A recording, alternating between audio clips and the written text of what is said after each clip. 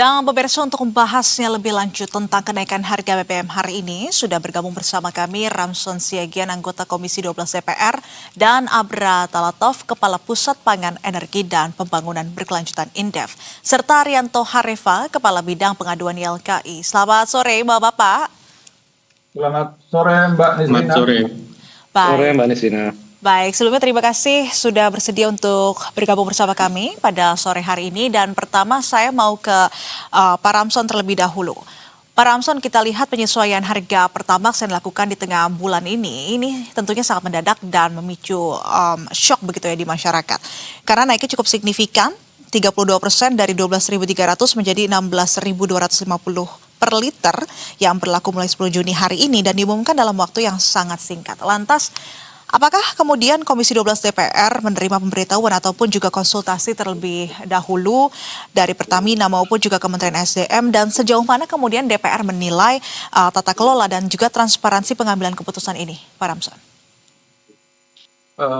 Mbak Nisrina, kalau Pertalite tetap 10.000 karena itu yang ditentukan atau disubsidi oleh pemerintah. Saya melihat bahwa sekarang Pertamina melakukan mekanisme pasar untuk Pertamax, Pertamax Turbo, Pertamax Dex, Dex Light, dan Pertamax Green, serta Solar. Ya. Memang yang sesuai dengan ketetapan atau rapat dengan Komisi 12 DPR RI dan pemerintah, Pertalite yang diproteksi, artinya disubsidi. Memang sekarang harga crude oil di pasar global untuk Brent 91 US dollar per barel, WTI crude 87 dolar, Brent crude 91 dolar. Memang ini faktor geopolitik, faktor konflik yang ada di Iran dan Israel dan Amerika, sehingga terhambat supply minyak mentah. Kalau kita mengimpor minyak mentah, kalau Brent sekitar 10.300 per liter, karena satu barel 159 liter per barel. Tambah lagi ongkos angkut sea freight-nya, karena melalui tanker, juga biaya depo, biaya angkut, juga fee SPBU, keuntungan dan pajak. Saya sudah hitung, di situ tadi saya diberitahukan bahwa cost-nya kalau dibeli juga dari Singapura, jadi cost-nya sekitar kalau di Singapura harga itu round 92 13.245 dengan harga MOP Singapura penentuan harganya round 95 sekitar 13.590. Jadi saya melihat bahwa harga 16.250 untuk Pertamax masih harga yang wajar. Memang ini sangat menyulitkan bagi kelas menengah karena yang menggunakan Pertamax, Pertamax Turbo itu kelas menengah ke atas. Memang ini dampak dari kenaikan minyak mentah di pasar global. Karena itu tadi faktor geopolitik. Memang kalau nanti sudah selesai konflik ini, saya melihat akan kembali ke area equilibrium. Mungkin harga itu paling tinggi nanti sekitar 70 US dollar per barrel, otomatis Pertamina akan kita minta nanti kembali menurunkan harga. Kalau kita bandingkan dengan harga-harga round 92 sama 95, di Singapura sekarang 54.000 per liter, di Malaysia sekitar 20.650 per liter, Filipina 22.248, Thailand 22.015, Kamboja 22.607. Kalau di Indonesia Pertamax 16.250, memang yang agak seimbang hampir untuk yang Malaysia, Filipina, Pertamax Turbo. Itu tadi dihitung dengan kurs 17.957 per US dollar. Jadi ini memang masalah yang dihadapi. Kalau terus ini yang mekanisme pasar tidak disesuaikan, memang di satu sisi keuangan Pertamina bisa terganggu. Karena kalau Pertalite itu tadi dengan cost-nya itu hampir sama dengan Pertamax sebenarnya. Karena antara round 92 dengan 95 itu bedanya tadi 13.590 dan 13.245 kalau harga produk BBM dibeli di Singapura. Tapi kalau tadi diimpor dari Amerika dan Nigeria, itu ditambah lagi tadi ongkos angkut, sea freight, kalau itu minyak mentah, baru biaya depo, baru biaya angkut, baru fee refinery. Artinya kalau minyak mentah itu harus diolah lagi di refinery atau kilang milik Pertamina atau milik Indonesia. Kalau kilang milik Indonesia mampu memproduksi atau memproses sekitar 1,2 juta barel per hari. Tetapi minyak mentah kita hanya 605.000 barel per hari. Jadi kita harus tetap mengimpor minyak mentah sekitar 900.000 barel per hari. Tapi kalau kilang kita sudah hampir menyesuaikan 1,2 juta barel per hari. Jadi ini memang perlunya Indonesia untuk meningkatkan lifting minyak, produksi minyak, sehingga nanti pada saat tertentu kita tidak tergantung terhadap impor minyak mentah. Baik, tetapi, Pak Ramson, jadi bisa dikatakan bahwa dalam waktu dekat kalau sudah damai antara Amerika dengan Iran, nanti harga ini akan kembali ke titik keseimbangan atau titik equilibrium sekitar $70 per barel. Baik, jadi selain juga pemicunya karena konflik global, tetapi juga kenaikan harga pasar, dalam hal ini adalah crude palm oil yang juga tinggi, ini menyebabkan adanya kenaikan harga yang cukup signifikan untuk Pertamax dan juga Pertamax Green begitu. Tadi seperti Anda sampaikan Pak Ramson bahwasannya pengguna Pertamax ini memang mayoritas adalah kelas menengah mandiri yang tidak mendapatkan bantuan sosial. Namun kini harus menanggung kenaikan biaya operasional yang sangat tinggi secara mendadak. Lantas bagaimana kemudian sikap dari Komisi 12 melihat tekanan ekonomi yang terus bergeser menekan kelompok masyarakat kelas menengah ini, Pak Ramson? Komisi 12 akan segera mengundang Pertamina Patraniaga yang bidangnya antara lain import minyak mentah, import crude dan BBM serta mendistribusikan BBM. Kita akan segera undang untuk paling tidak penjelasan. Artinya dari sisi hitungan itu, kalau tadi saya sudah menghitung memang masih wajar. Dan pemerintah tetap memprotek yang Pertalite. Karena itu juga harus dibayar oleh pemerintah ke Pertamina. Artinya selisih harga jual dengan harga pokok, artinya di sini harga pokok lebih besar dari harga jual, itu selisihnya subsidi itu dibayar oleh pemerintah dari APBN, dari anggaran belanja. Jadi kita nanti akan segera mengundang Pertamina Patraniaga yang membidangi import dan produksi serta mendistribusikan BBM. Baik. Oke, berikutnya saya mau dengar pendapat dari Indef, Mas Abra, bagaimana terkait dengan kenaikan harga Pertamax yang tadi disampaikan oleh Pak Ramson, ini sebetulnya wajar terkait dengan kenaikan ini. Lantas apakah besaran kenaikan yang sudah proporsional ini sesuai atau proporsional dengan pergerakan harga crude oil dan juga kurs saat ini, Mas Abra? Serta juga penyesuaian ini kan dilakukan secara mendadak di tengah bulan. Dan kalau dilihat dari kacamata Indef secara tata kelola korporasi dan juga dampak pasar, bagaimana Indef melihat implikasi dari pola penyesuaian harga seperti ini? Iya Mbak. Sebetulnya untuk BBM non subsidi, ya, termasuk Pertamax 92 dan juga Pertamax Green, kalau kita melihat perkembangan harga pasca perang Iran dengan Israel, yaitu di bulan April itu sebetulnya beberapa variabel seperti HIP dan juga kurs yang mengalami nilai tukar rupiah mengalami pelemahan dan ICP juga sudah mulai meningkat.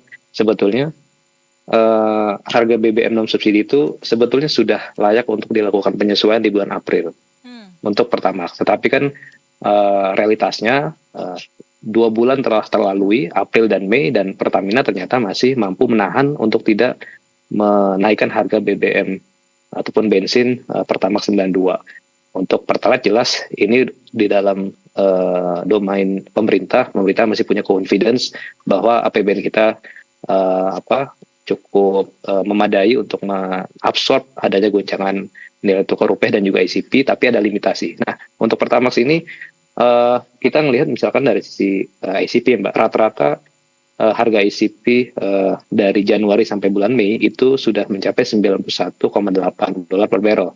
Artinya lebih tinggi sebesar 31% daripada asumsi APBN tahun ini, yaitu $70 per barrel. Jadi sudah ada peningkatan sampai 31%. Kemudian yang kedua, selain melihat atau mempertimbangkan kenaikan harga ICP, tentu juga badan usaha dalam hal ini Pertamina mempertimbangkan adanya volatilitas ataupun pelemahan nilai tukar rupiah, di mana cukup jauh dari asumsi di APBN. Jadi secara mekanisme bisnis, ya Pertamina memang punya kewenangan untuk melakukan kenaikan harga BBM non subsidi. Justru pertanyaan besarnya sebenarnya adalah kenaikan ini akhirnya harus dilakukan secara tiba-tiba. Sebetulnya bukan tiba-tiba, memang setiap awal bulan ataupun di pertengahan bulan bisa dibuktikan untuk melakukan koreksi harga, tetapi kenaikannya secara drastis, ya sampai 32%. Padahal saya pribadi sejak April mengatakan mestinya ya kita melihat respon berbagai negara ketika banyak negara-negara lain sudah melakukan koreksi harga BBM non subsidi, kita juga pemerintah ataupun badan usaha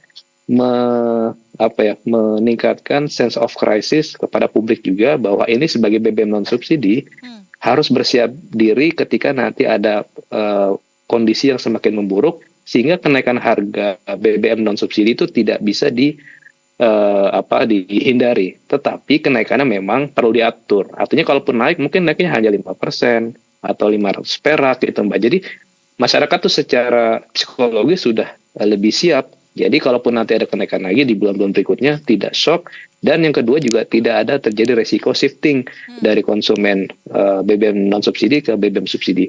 Karena menurut catatan saya Mbak, sebetulnya di akhir tahun lalu Mbak, sepanjang 2025 penjualan Pertamax itu mengalami kenaikan volume sampai 20,6%. Penjualan rata-rata harian. Jadi kenaikannya 20,6% menunjukkan bahwa preferensi masyarakat, animo masyarakat untuk membeli BBM non subsidi ya secara sadar itu meningkat. Justru penjualan Pertalite ya di tahun lalu rata-ratanya penjualan harian itu menurun 5,3%. Nah artinya secara kondisi normal masyarakat sudah mulai sadar nih untuk membeli BBM non subsidi. Meskipun selisih harganya lumayan kan, masih ada sekitar 2.300-an per liter. Nah, tetapi karena adanya efek kenaikan harga BBM non subsidi yaitu Pertamax 92, tentu ini juga pastinya akan berpotensi menggiring masyarakat yang tadinya menggunakan BBM Pertamax akan membeli Pertalite ya, karena kondisi inflasi, kenaikan harga itu akan secara rasional lah masyarakat akan mulai beralih. Nah, mungkin tantangan berikutnya adalah ketika akan terjadi migrasi ya konsumen Pertamax ke Pertalite.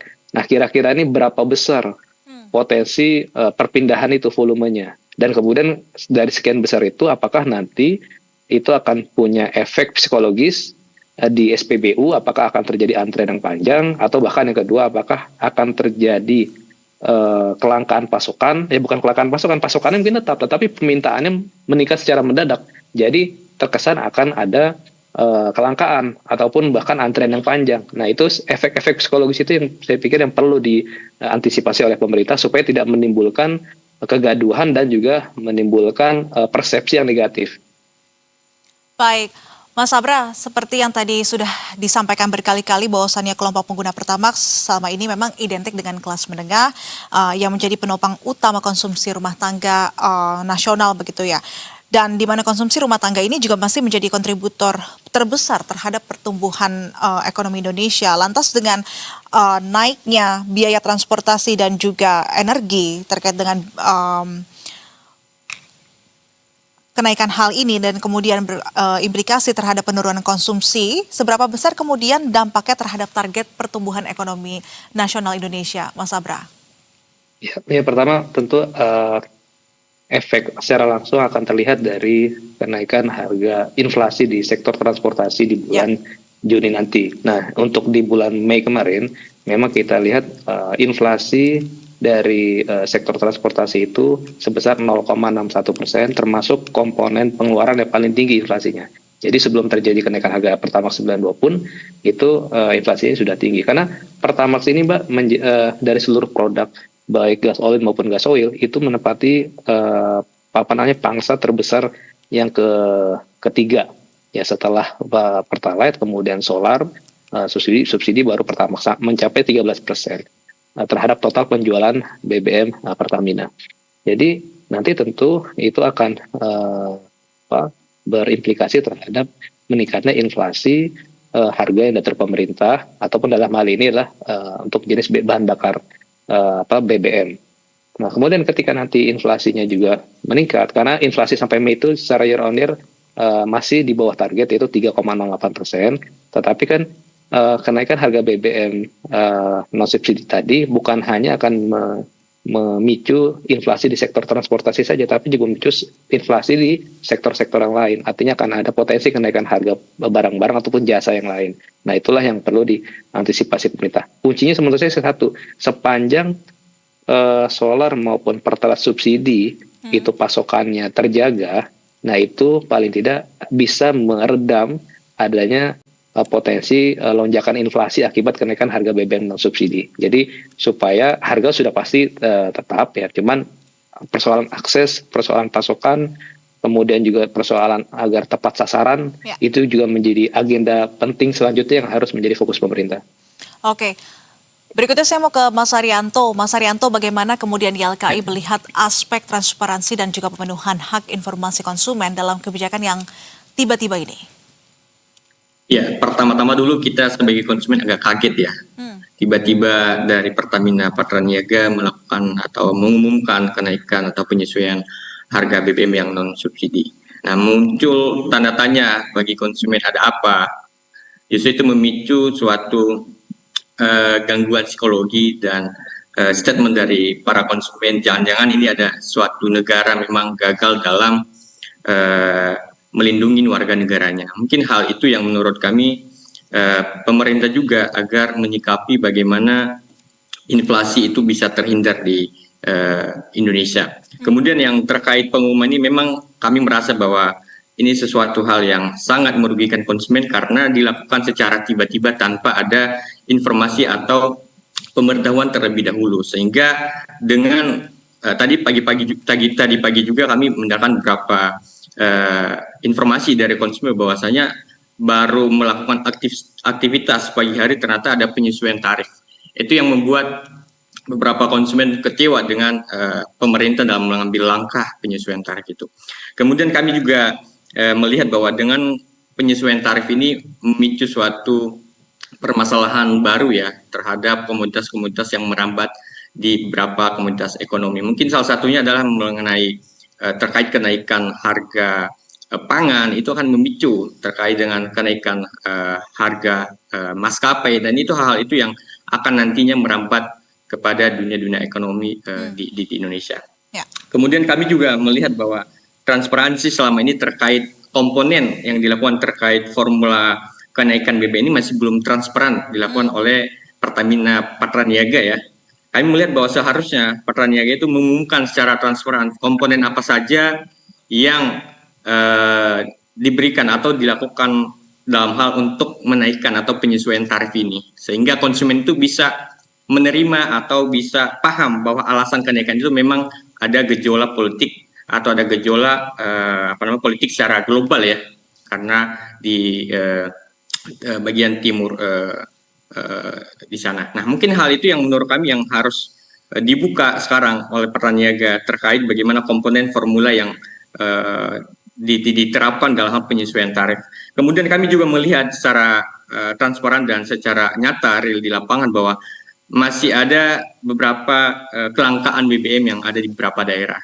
Betul. Nah, tapi ini justru memicu permasalahan baru dengan ada penaikan dan penyesuaian tarif ini, justru konsumen susah untuk mengakses layanan-layanan pengisian BBM. Baik. Mungkin di Jakarta ini sendiri sudah banyak keluhan-keluhan masyarakat bagaimana antrian yang cukup panjang di beberapa tempat untuk mengakses BBM.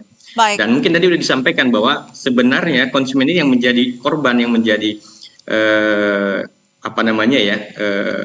dirugikan adalah konsumen menengah ke bawah. Nah, mungkin hal itu Mbak yang perlu kita minta respon dari Pertamina Patraniaga untuk memberikan akses dan transparan terkait alasan dan formula komponen dalam hal kenaikan harga BBM yang non subsidi. Baik, Mas Haryanto, dengan selisih harga yang semakin lebar antara Pertamax dan juga Pertalite, ada potensi terjadinya migrasi massal konsumen ke BBM bersubsidi seperti yang tadi juga sudah disinggung oleh Mas Abra.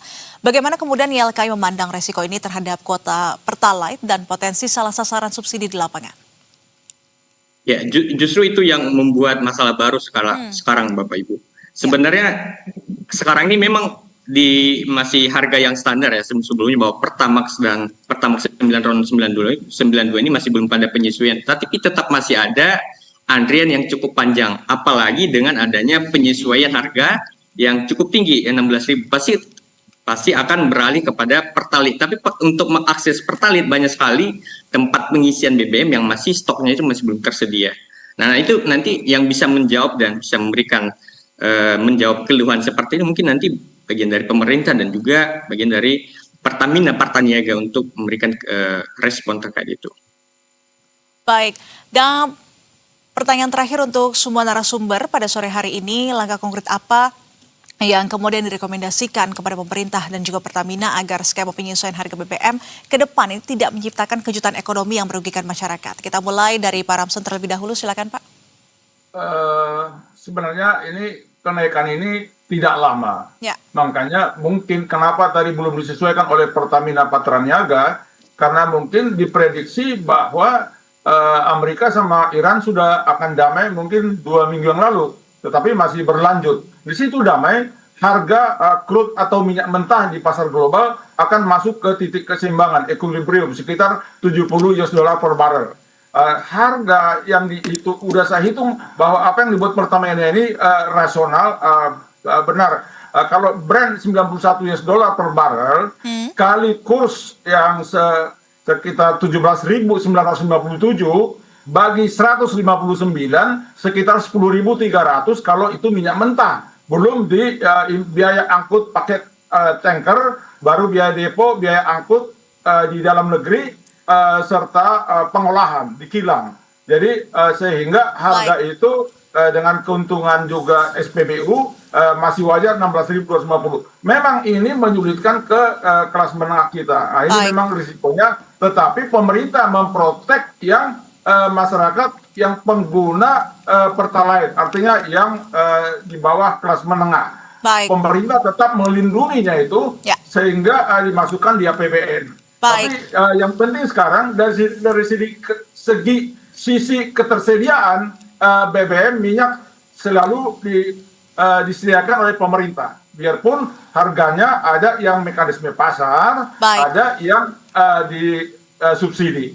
Jadi kalau dari sisi untuk pertumbuhan ekonomi, nanti pemerintah akan membuat keseimbangan sehingga variabel konsumsi rumah tangga tetap bisa meningkat untuk menjaga pertumbuhan ekonomi bisa mencapai 5,6 ke arah 6% per tahun. Baik, dan berikutnya Mas Abra, silakan singkat saja Mas Abra.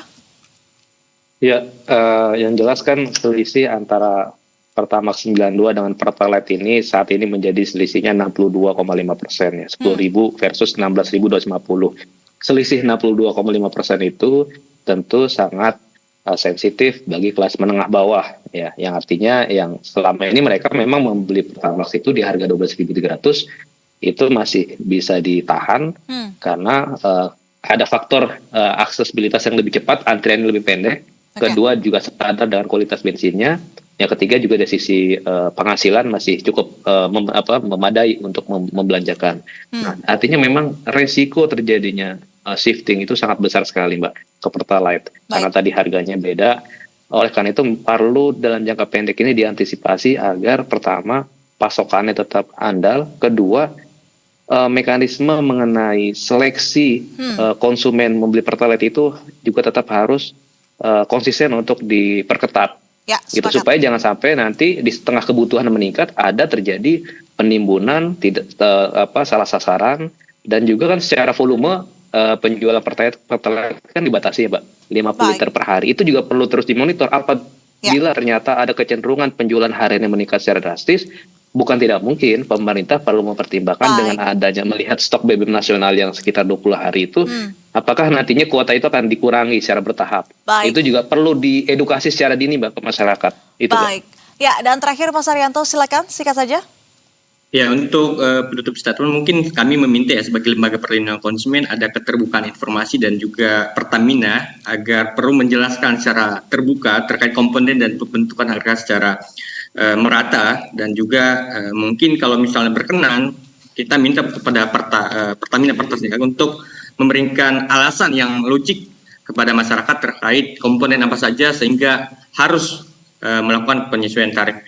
Yang kemudian terkait penyesuaian harga karena faktor tadi minyak dunia dan yang semakin turun, kami minta agar juga ketika nanti ada kestabilan di harga minyak dunia, mungkin ada penyesuaian juga di Indonesia secara cepat dilakukan sehingga hal itu tidak merugikan bagi konsumen. Nah, kita melihat bahwa memang kami sebagai lembaga konsumen melihat bahwa kondisi ekonomi sekarang ini masih belum baik-baik saja. Nah, untuk itu kami minta pada pemerintah agar memperhatikan dan juga memperhatikan kepentingan masyarakat. Karena faktor BBM kenaikan penyesuaian tarif ini akan berdampak di berbagai sektor secara ekonomi skala nasional. Baik. Gitu, Mbak. Dan tentu kita akan lihat ya sejauh mana nanti pemerintah, Pertamina dan juga DPR ini dapat meredam dampak kenaikan harga Pertamax ini sekaligus juga memastikan pasokan serta juga subsidi energi tepat sasaran tanpa membebani masyarakat secara berlebihan. Terima kasih atas informasinya Mas Arianto, Mas Abra dan juga Pak Ramson. Normal, kita akan meminta Pertamina menurunkan harga BBM yang mekanisme pasar. Baik, kita nantikan nanti pertemuan antara DPR RI dan juga Pertamina, tapi waktu kita sangat terbatas. Pak Ramson, terima kasih atas waktu dan penjelasannya. Selamat sore Bapak-Bapak semua, selamat kembali beraktivitas, salam sehat. Selamat sore pemirsa.